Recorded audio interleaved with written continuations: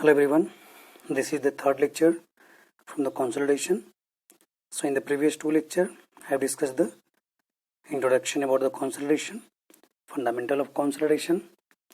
I have also discussed the Tarjagi theory of consolidation.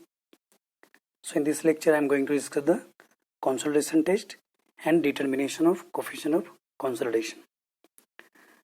So the consolidation test we perform in the laboratory to study the compressibility of a soil or rate of compression of a soil. So in the figure 9, a consolidation test apparatus are shown. So it is a loading device and a cylindrical container is called a consolidation cell. So a undisturbed soil specimen is placed in the cell between the top and bottom porous stone. So these porous stone are allowed drainage in the vertical direction in both ways. So we can say that this is the example of double drainage system. So this test based on the one-dimensional consolidation with the double drainage and carried out in a special device called a odometer or a consolidometer. So basically two types of consolidation cell we use. The floating ring cell that is mentioned in the figure 10. So in the floating ring consolidation cell, the both porous stone, top and bottom porous stone, are free to move, means compression in a soil occur from the both top and bottom sides. But in the case of fixed ring cell, the bottom porous stone are fixed, means only the top porous stone are freely to move. So we can say the compression occur in a soil only in the vertical direction, only in the vertical downward direction. So we can say that this is the example of one-dimensional consolidation. So the test procedure used in the India according to the Indian standard IS 2720 1965. So just prefer this IS code so you can get all the details about the soil specimen, their dimension, all those things. So the soil specimen with the diameter ranging from 65 mm to 100 mm and the thickness ranging from 15 to 30 mm are used. The ratio of the diameter to the height of the specimen is between 2.5 and 5. So when the soil sample is placed in the consolidation cell, we applied an increment of vertical stress, or under the each stress increment, the sample is allowed to consolidate till there is a little or no further compression with the all excess pore water pressure is being completely dissipated. So we have to be allowed to consolidate the soil sample till there is all the excess pore water pressure being completely dissipated, and generally a load is kept for 24 hours. It takes 24 hours. So during this consolidation, the vertical deformation of the specimen is measured by the dial gauge. So we will put the dial gauge, and we can get the by reading the dial gauge reading, by note down the dial gauge reading, we can get the vertical deformation, or we can get the thickness, changes in the thickness of soil specimen, or we can get the settlement, whatever. So after the consolidation, under the last stress increment is over, the soil specimen is unloaded in 2 or 3 stages, and the soil is allowed to swell. So when we will unload the load, whatever the load increment we have applied, so when we'll unload the stress the increment, so what will happen, the total height of soil will increase, or we can say the volume of voids will increase. So also we can say the void ratio will increase. Okay, and after completing this test, the soil sample is taken to get the weight of solid and to get the final water content. So by using the oven dry method or other method, we can calculate the final water content. So the computing void ratio at each stress level. So there are two methods. By using that method, we can compute the void ratio at any stage. The first method is height of solid method. So in the height of solid method, we can calculate the height of solid. So by using the density of solid, we can calculate the height of solid. So density of solid, we can write Ws divided by A by Hs, where the Ws is the unit weight of dry soil, and where A is the cross section area of a soil, where the Hs is the height of solid. Or also we can calculate by using the next formula, that is Ws by Gs gamma Wa, where the Gs is the specific gravity of soil grain. So by using this formula, we can calculate the height of solid. So when you will complete the test, we have the Ws value, so unit weight of dry soil. When we have the gamma W, we have the A, and we have the G. So after completing the test, we can calculate the height of solids. So that at equilibrium void ratio, so we know that the void ratio is ratio of the volume of void to the volume of solid, and this volume of void we can write also in terms of height of voids, and volume of solid we can write also in the height of solid, where the A is the cross section area of soil. So A will get cancelled. So also height of voids we can write in terms of total height of soil specimen or in terms of height of solids. So the H minus Hs, this is the height of voids. So we can write the void ratio is equal to H minus Hs divided by Hs, where H is the height of soil specimen at that stage and Hs is the height of solid, and E is the void ratio at that stage. So by knowing the value of H, we can calculate the void ratio. Height of soil specimen at equilibrium at any stage. So at any stage we can calculate the height of soil specimen H by using this relation, where the H naught is the initial height of soil, and this is the summation of change in the thickness of soil specimen. So by using this formula we can calculate the height of soil at any stage.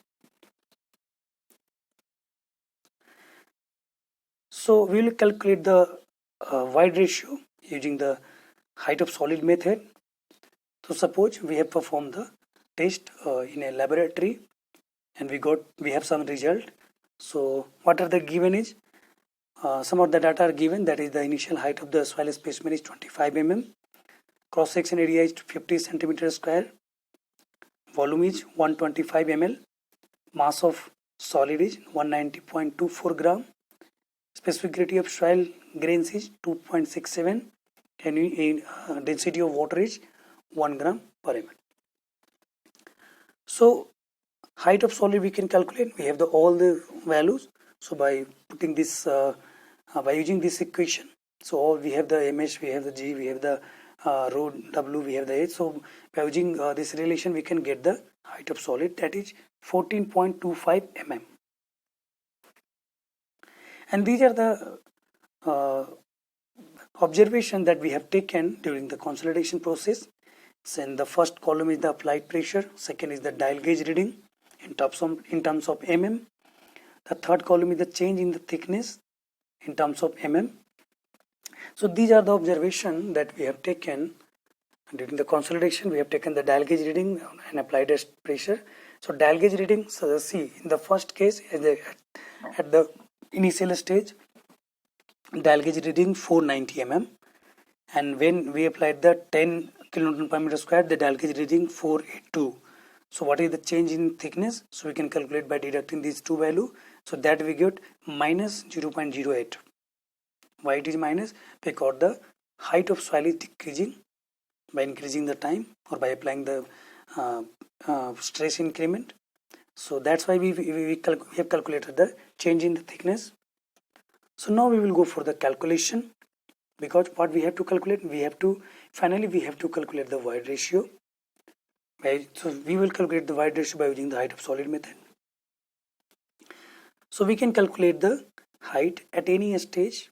So we have the H naught value, that is 25 mm, and for every stress increment we have the delta H, that is the change in the thickness of the soil specimen. So we can calculate the H, height of soil specimen at every stage. So after knowing this value, we can calculate the H minus HS. So capital H, that is height of soil specimen at any stage, minus HS. HS is the height of solid. So we can also calculate all these value. Or finally, we can calculate the void ratio by using this formula. So you can see in the last column. So at every stage, at each stress level, or we can say at each stress increment, we have the void ratio. So what is the void ratio? But in the last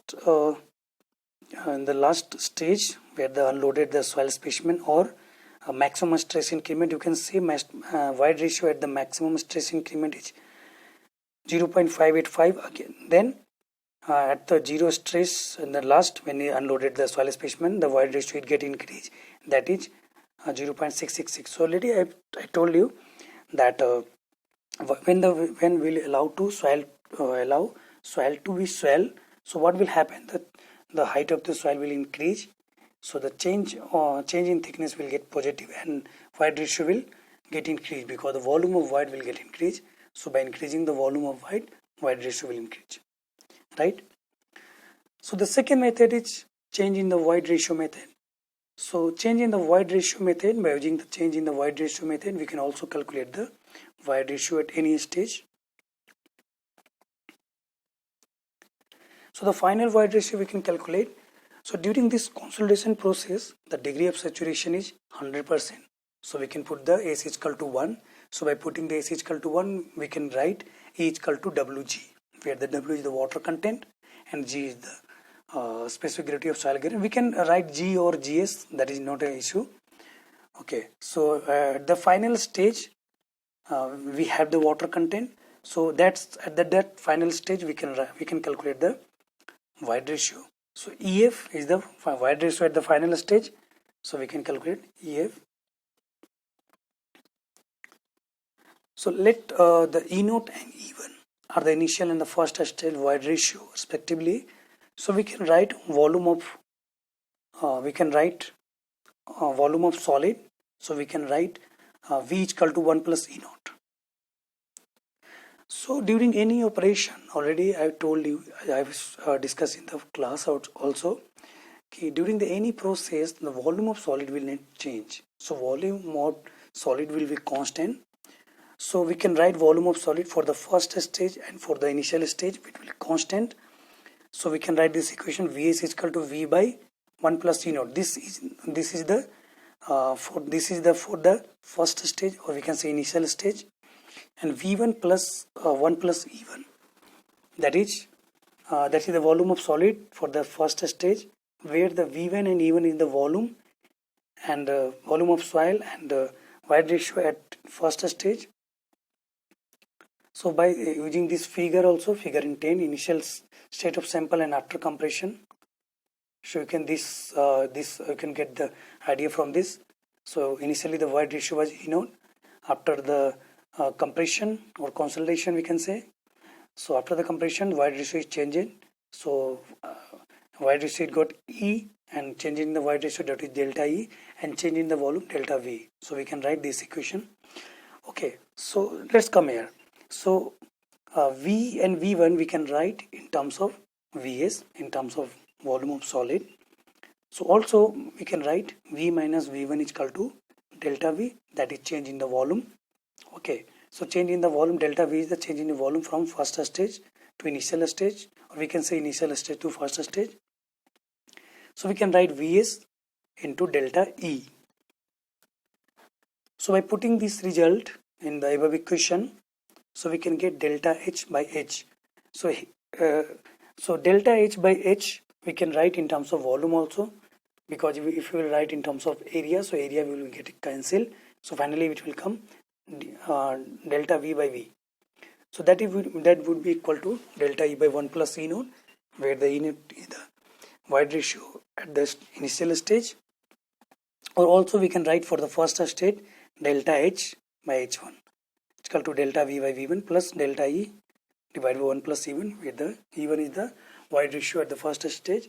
See, this is not a very tedious formula or very different formula. So you will get do the changes in the previous or above equation. We can get this result. So don't be confused here. Okay. So these two formula are important. So whenever we will work in the terms of settlement, and whenever you have to calculate the settlement, we can use this formula. Okay. So these two formula are important. So at the end of the test, wide ratio and the height of sample are known, obviously. So wide ratio and height of sample is known because the EF is also known, and the height of sample, that is the HF, we can calculate. So by using that value, we can get the change in the wide ratio. So change in the wide ratio, we can calculate that at any stage, where the HF and EF is the height of soil, and E is a wide ratio at the final stage. Okay. So suppose we have performed the test in the laboratory and we get the observation, and on the basis of that observation, we will calculate the wide ratio by using the change in the wide ratio method. So in the previous slide, we have discussed the computation of wide ratio in the change by the height of solid method. So now we will calculate the wide ratio by using the change in the wide ratio method. So these are the data given, that is the initial height of sample is 25 mm, cross section area is 50 centimeter square, V is 125 ml, MS is 190.24 gram, G, that is specific gravity of soil grain, that is 2.67, density of water 1 gram per ml, and water content at the final stage 24.94%, and height of sample at the final stage, that is 23.74. So we have all these data. So basis of this data, we can calculate the final void ratio, EF is equal to WFG. Here the degree of saturation is 100%, we can write S is equal to 1. So by putting the value of S is equal to 1, we can get this result. So the final void ratio is, we get 0.666. So thus we can write, also we can calculate delta E, change in the void ratio. So we have the HF value, we have the EF value. So we can write change in the void ratio in terms of change in the thickness. Okay. So these are the observations that we have taken by performing the consolidation test. So now we will go for calculation. So in the calculation, first we will calculate the height of sample at any stage, and we had the change in the thickness. So by using this above equation, we can calculate the change in the void ratio. Okay. So here the for calculating the height of soil, that is not necessary, but I have calculated because of the. Okay, let's see how height it. So what is changing? What changing we are getting in the height of soil? So in the fourth column. In the fourth column, initial height of sample is 25 mm, and at the final stage, the height of sample is 23.74. That was mentioned in the question. Okay. So finally we have the delta E. So at the any stage, we can calculate the E. So how we can calculate the E? Because for the final void ratio we have, and we have the change in the void ratio for the final stage. So by using that relation, we can calculate the E. So by calculating from the bottom side, so we can calculate the void ratio at any stage. Are you getting my point? So just remember above these two formula. So on the basis of these two formula, we can calculate the void ratio by using the change in the void ratio method. Okay. So the determination of coefficient of consolidation. Coefficient of consolidation we can determine using the two methods. The first one is the square root of time method, and the second one is logarithm of time method. So let's discuss the square root of time method. So square root of time method is suggested by the Taylor, and in this method a curve is plotted between the dial gauge reading as a ordinate and the square root of time as abscissa. It means a dial gauge reading plotted on the y-axis and the square root of time plotted on the x-axis. So the Taylor had done some observation, and these observation are, the first one is the relationship between the dial gauge reading R and the square root of time is linear up to 60% degree of consolidation. So from this graph you can see the curve is starting from the point A and the dial gauge reading at the point A is R naught. R naught is showing the dial gauge reading at the 0% degree of consolidation. So the initial portion, the curve is not linear, but after when the graph got linear, it is linear up to the 60% of consolidation. Are you clear? Okay. And the second observation, the abscissa of the curve at 90% degree of consolidation was 1.15 times the abscissa of the extension of the straight line. Okay. So when a load increment is applied on the soil, so there is an initial compression occur, and that is obtained by producing a back initial linear part of the curve to intersect the ordinate at a point A dash, which is corrected zero reading and denoted by RC. So I told you the initial portion of the curve is not linear, but after the graph is got linear up to the 60% degree of consolidation up to the point B. So if we will extend this linear portion of the graph backward, then it will cut the ordinate at the point A dash, and the reading at the point A dash is called the corrected zero reading. And at this point also the degree of consolidation is 0%. So the compression occurring between the R naught and RC is called the initial compression, and the Terzaghi theory is not valid in this range. So now on the basis of second observation, we will locate the point C. So now what we will do, we will draw another straight line starting from the point A dash such that its abscissa, its x coordinate is 1.15 times the x coordinate of the line A dash B. So this dotted line, that A dash C line, will cut the curve at a point C, and this point C indicate the 90% degree of consolidation, and the dial gauge reading is called R90, means dial gauge reading at 90% consolidation we call R90, corresponding the abscissa as root under of T90, because the x-axis is root under of time. So at this point of time we denote it by T90, that is 90% degree of consolidation. So on the basis of first observation we can locate the point A dash. On the basis of second observation we can locate the point C. Okay. So now we can calculate the coefficient of consolidation. So the time factor of the 90% consolidation. So we can calculate the time factor at any degree of consolidation. So that is for the 90% degree of consolidation, that is 0.848 d square by T90, where the d is the distance of drainage path. So for the double drainage system or double drainage condition, d would be h by 2, already I have discussed. So here the height of soil is continuously decreasing. So what value of height will take? So we will take the average value of average height of soil. So that we can calculate hi plus hf by 2, where hi is the initial height of soil and hf is the final height of soil. And for the single drainage condition, we can write this equation. So by using this we can calculate the distance of drainage path for single drainage condition.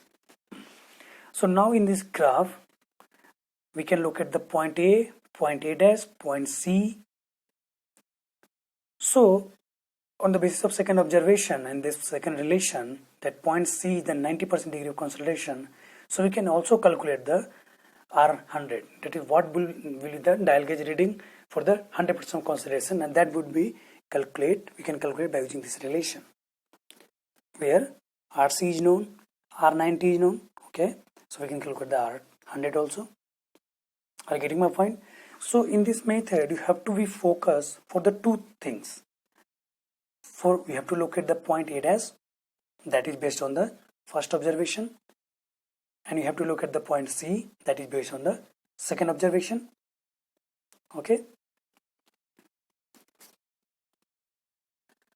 so let's discuss some numerical. So the question number 1, in a consolidation test, a saturated clay specimen, the vertical stress is increased by from the 100 to 200, and the following changes in thickness were recorded, and this recorded thickness on the observation have given in the table format.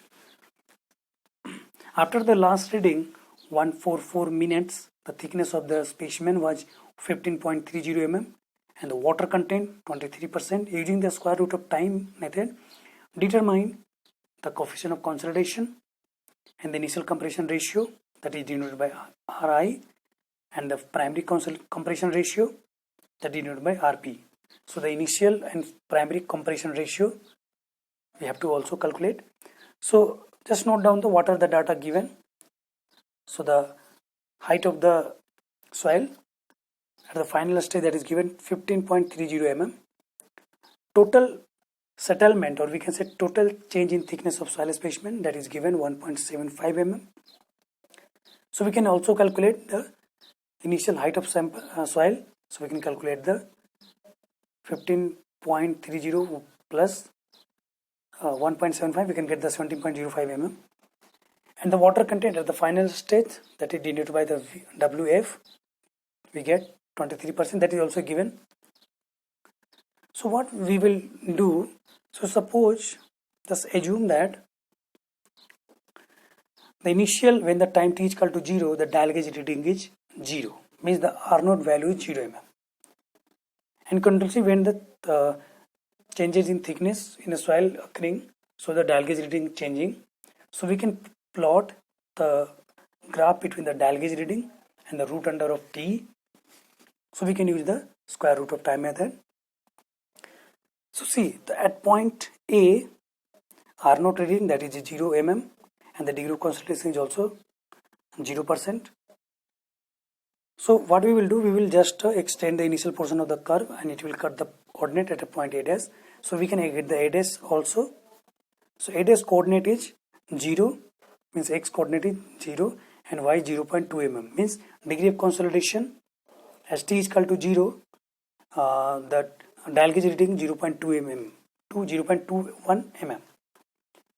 So the compression occur between the R0 and RC is initial compression. So now we have the coordinate of A dash value. So again we will calculate we will locate the point C, or coordinate of the point C. So what we will do, we will use the second observation and we will start draw a curve from the point A dash such that its abscissa is 1.15 times the abscissa of the line A dash B. So the A dash B line has a coordinate root under T R, and the coordinate of A dash C is 1.15 times root under TR. So that dotted line will cut the curve at a point C, and the point coordinate of the point C is 3.4 and 1.3 mm, means R90, means dial gauge reading at the 90% consolidation is 1.38 mm, and the square root of T90 is 3.4. Okay. So RC value 0.2 mm from the graph. So already I have mentioned this thing. So R90 we got 1.38 mm. So we are not drawing this table in the Excel. So just we are just taking the value. But if you will draw the graph in the Excel or in the by a scaling or on the graph paper, so we'll get the exact result. We will get all these value. Okay. So root under of T90 we get 3.4. So we can calculate the T90 also, that is 11.56 minutes. Are you getting my point? In this, so far we have located the point A dash, point C, and we have also calculated the coordinate of point A dash and point C. Okay, so based on the first or second observation. So now maximum length of drainage path we can calculate by using this formula. So we have the initial height of soil and we have the final height of soil. So we get the D, that is the distance of drainage path, 8.09 mm. So now we have the D value, we have the T90 value, so we can calculate the coefficient of consolidation, and that we get 4.80 mm square per minute.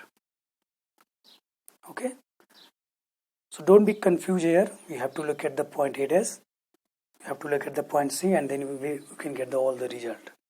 Okay, so now we have to calculate the initial compression ratio and the primary compression ratio. So now we have the R0 value, that is we have taken the assumption that our R0 value is 0 mm. So we have calculated the RC value from the graph, that is 0.2 mm, 0.21 mm. R90 also we have 1.3 mm. RF value we have 1.75 mm. So therefore, by using this relation, we can locate the point D, or we can locate the point that of 100% of consolidation. So that we get 1.5 mm. So now we can calculate the initial compression ratio. See, initial compression ratio is the ratio of initial settlement or initial consolidation or initial compression, we can say, to the ratio of total settlement. So whatever the settlement occurring during the initial compression to the ratio of total settlement, we will get the initial compression ratio. So we can calculate the initial settlement by deducting the two value RC minus R0, and total settlement, that is RF minus R0. RF is the total settlement after the second consolidation also. Okay, so and in this figure the settlements beyond the point D, that is called as secondary consolidation. Okay, I forgot to mention that. So the settlement from the point R0 to RC, that is called initial compression, and from the RC to R100, that is called primary consolidation, and from beyond the R100, that is called secondary consolidation. Okay, so we can calculate the primary compression ratio. So the primary consolidation ratio is the ratio between the settlement during the primary consolidation to the total settlement. So we can calculate the settlement during the primary consolidation, that is R100 minus RC, and total settlement we can calculate by RF minus R0. We can take the ratio and we can get the value of 0.74. Okay, so for the calculate the initial compression ratio and final compression ratio, we have to calculate the value of R0, RC, R90, RF, where the R0 is the initial dial gauge reading, RC is the corrected zero reading, R90 is the dial gauge reading at the 90% degree of consolidation, RF is the final dial gauge reading after the second consolidation also. So now the second method is logarithm of time method. This method is suggested by Casagrande. So in this method is also the curve is plotted between the dial gauge reading R as a ordinate, and the logarithm of t and log of t as a abscissa. It means the dial gauge reading R is plotted on the y-axis and the log of t plotted on the x-axis. So this graph will come. So in this graph, the two things are very important. The initial portion of this graph is parabolic, but then the middle portion of the graph is linear, and the final portion of the graph is again linear.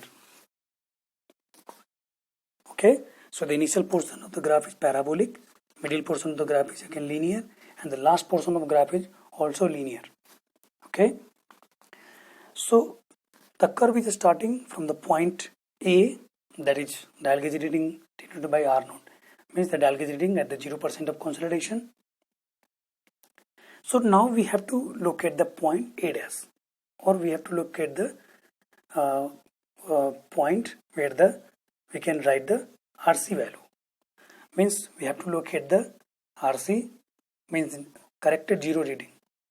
So how we will calculate? So we will take the randomly, we will select the 2 points B and C such that their time is T1 and 4T1. Their elapsed time is t1 and 4t1, and their vertical intercept is suppose a. Okay, so their vertical intercept is suppose a. So at a point B, we can write coefficient of consolidation at a point B. We can write t v b means the time factor at the point B, d square by t1. And for a point C also, at a point C also we can write coefficient of consolidation, and that would be the time factor value at the point C, d square by 4t1, because there is a time is 4t1, right? So more or less the coefficient of consolidation is constant throughout the test or throughout the operation. Okay, so from the both the point C and point B, the coefficient of consolidation will be equal. So from this both equation we can equate, and by equating this equation, d square is common, so d square will get cancelled. So t1 4t1 we can write, finally we can write this equation, tau b divided by t1 is equal to tau b c divided by 4t1. And tau b, because this we are talking about the less than of 60% of consolidation, so we can write tau b is equal to pi by 4 into e square. So from the both side we can write tau b, we can write pi by 4 into ub square, and for the tau b for the C point we can write pi by 4 into uc square. So after solving we can get, because t1 will cancel, so we can get ub square is equal to uc square by 4. Are you getting my point? We have just put the value of tau b in terms of pi by 4 into a square, and we get this result. So what we get the 2ub is equal to tuc. What is meaning of this?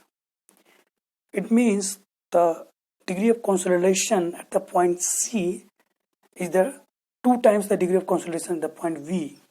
Means we can say the vertical intercept between the point C and B is A. So also we can say the vertical intercept between the point B and point RC will be A, because the point C is denoting the 0% degree of consolidation.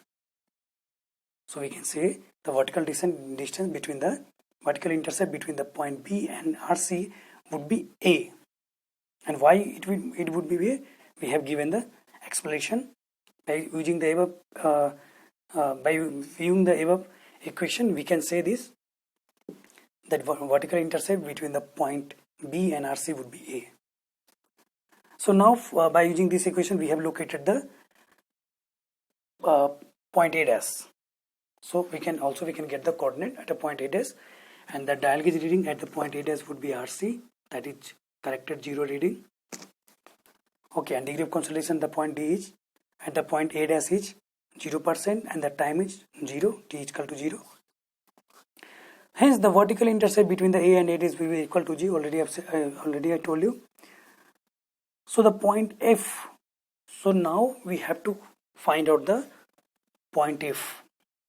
Means, and point F is the 100% degree of consolidation, and the dial gauge reading at the 100% consolidation is denoted by R100. So how you will get the point F? So already I have mentioned in the beginning of this method that this curve is initially parabolic, and middle portion of the curve is linear, and the last portion of the curve is, and the final portion of the curve is also linear. So what we will do, we will draw the two linear curve, we will extend backward.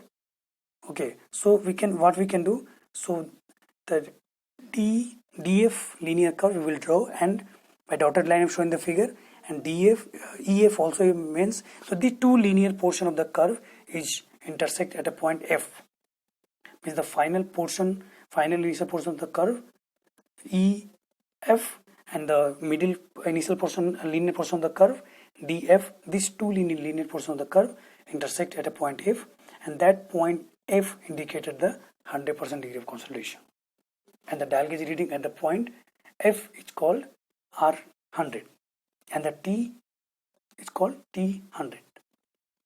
Means the x-axis is the log of time. So are you getting my point? How we have calculated the point A dash and point F? Okay. So now we have the R100 value, and now we have the RC value. So we can calculate the R50 using this relation, because the R50 means 50% degree of consolidation. So 50% degree of consolidation will be half of the total degree of consolidation. So we can write this equation, and that would be, by using this equation we can calculate the R50, and from the R50 degree of consolidation, 50% degree of consolidation, so we can calculate the tau v value for the 50% degree of consolidation. We can calculate the T50 value, because by using this relation we can look at the point M. If we look at the point M, we can calculate the coordinate of point A. M means R50 and T50 means log of T50, right? So by locating the point M, we can calculate the coefficient of consolidation, that is Cv is equal to tau v for the 50% consolidation d square by T50, and for the 50% consolidation tau v time factor is 0.196. Okay, so by using this relation we can calculate the coefficient of consolidation. Okay, the second question is determine the coefficient of consolidation by using the logarithm of time method of a soil whose data is plotted in the below figure. The sample was 20 mm thick and had a double drainage system. Okay, see, in any consolidation test, if it is not mentioned the drainage condition, so just assume that there is a double drainage condition. If single drainage, it would be the single drainage condition, then it will be mentioned. Okay, so in the previous question, the double drainage condition was not mentioned, but we have calculated according to the double drainage condition. But now in this question, double drainage condition is mentioned, so there is no issue. If condition is not mentioned, then just assume the double drainage condition. Okay, right. So what are the data given? We can, now we have to calculate the degree of consolidation, coefficient of consolidation by using the logarithm time method. So in this method we have to find the point A dash and point F. So how we will find the point A dash? So now in this vertical intercept between the point B and point C, 5.5, and the point B and C we have selected such that the time elapsed at point B is T1 and the time elapsed point C is 4T1. It would be 4 times. Okay, it will be also always a 4 times. Okay, so the vertical intercept is 5.5, so we can locate the point A dash by maintaining the vertical intercept equal to 5.5. So A is equal to 5.5, then we can get the point A dash, and that coordinate is 0, 191, means RC is equal to 191, means corrected 0 reading is 191. So now we will locate the point F. So how we will get the point F? So if we will intersect the two linear portion of the curve, okay, so that we get the intersection of these two linear line, that is DF and DE, then we will get the point F, and that point F is give us the 100% degree of consolidation, and it gives a dial gauge reading for the 100% degree of consolidation, that is R100. So now we have the RC 191, we have the R100 79. So by using this relation we can calculate the R50, that we get 135, and this coordinate is 0.58, 135. Okay, so the 135 is the value of R50 and 0.58 is the value of log of T50, because the horizontal axis is log of time, not of time, it is the log of time. Okay, so log of T50 is 0.58, so we can calculate the T50, that is we get 3.802 minutes, or in second we can write 288.12 seconds. Okay, so by using this relation we can calculate the degree of consolidation, coefficient of consolidation, so that we get 0.086 mm square per second. So just remember always in the previous method, in the square root of time method, we have to look at the point A dash and point C, and the point C gives us the 90% degree of consolidation and the value of R90 and T90. Okay, but in this method, logarithm of time method, after locating the point A dash, we have to locate the point F, and that is the 100% degree of consolidation, and the ordinate is R100 and the abscissa is T, log of T 100. Okay, and after locating these two coordinate, we have to look at the point M, and that would give us the 50% degree of consolidation R50, and the time is log of T50.